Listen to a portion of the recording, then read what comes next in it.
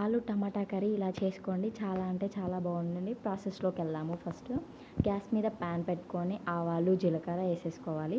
ఆవాలు జీలకర్ర వేగిన తర్వాత మనం ముందుగా కట్ చేసి పెట్టుకున్న ఆనియన్స్ వేసుకోవాలి.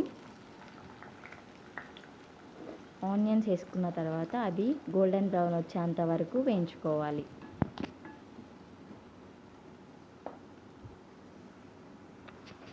వేగిన తర్వాత దీంట్లోకి 1 స్పూన్ ఆఫ్ పసుపు వేసుకోవాలి. పసుపు పచ్చివాసన పోయేంత వరకు మిక్స్ చేసేసుకోవాలి. మిక్స్ చేసుకున్న తర్వాత మనం ముందుగా కట్ చేసి పెట్టుకున్న మీడియం సైజు 3-4 ఆలుగడ్డని కట్ చేసి పెట్టుకున్నాం కదా, అది వేసేసుకోవాలి. వేసేసుకొని మొత్తాన్ని మంచిగా మిక్స్ చేసేసుకోవాలి. మంచిగా ఒక 5 మినిట్స్ కుక్ చేసుకుందాము గ్యాప్ పెట్టేసుకొని. చూసారా, ఆలుగడ్డలు అనేది కొంచెం సాఫ్ట్గా కుక్ అయ్యాయి. దీంట్లోకి 1 స్పూన్ ఆఫ్ కారం వేసుకుందాము, 1 స్పూన్ సాల్ట్, కొంచెం అల్లం వెల్లుల్లి పేస్ట్, కొంచెం జీరా పౌడర్, కొంచెం గరం మసాలా, 1 స్పూన్ ధనియాల పౌడర్,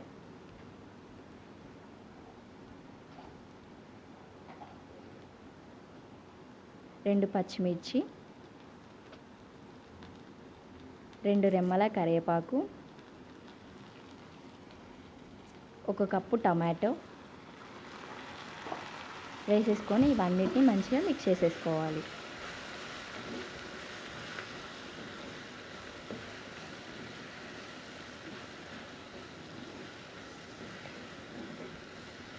ఇవన్నిటిని ఒక 5 మినిట్స్ దాకా కుక్ చేసుకోవాలి.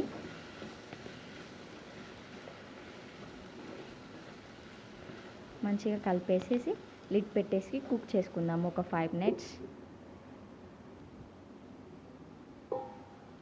చూసారా, అన్నీ సాఫ్ట్గా కుక్ అయ్యాయి. దీంట్లోకి మనం కొన్ని వాటర్ పోసుకుందాము గ్రేవీ కోసం.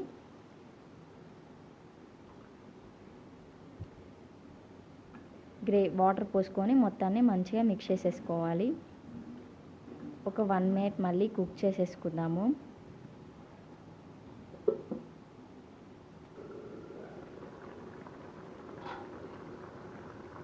చూసారా ఎంత బాగా కుక్ అవుతుందో, దగ్గరికి వచ్చేసింది. లాస్ట్ అండ్ ఫైనల్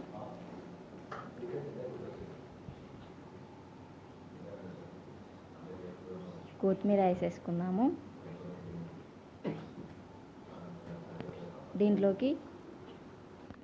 దీంట్లోకి కొంచెం కసూరి మేతి వేసుకుంటే టేస్ట్ అనేది బాగుంటుంది.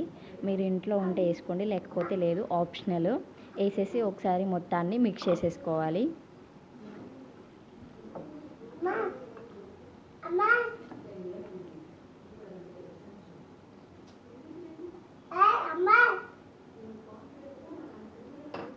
అంతే అండి, టేస్టీ టమాటా ఆలుగడ్డ కర్రీ రెడీ అయిపోయింది. మీకు ఈ వీడియో నచ్చినట్లయితే లైక్ చేయండి. ఇంకొంచెం మంచి వీడియోస్ కోసం నా ఛానల్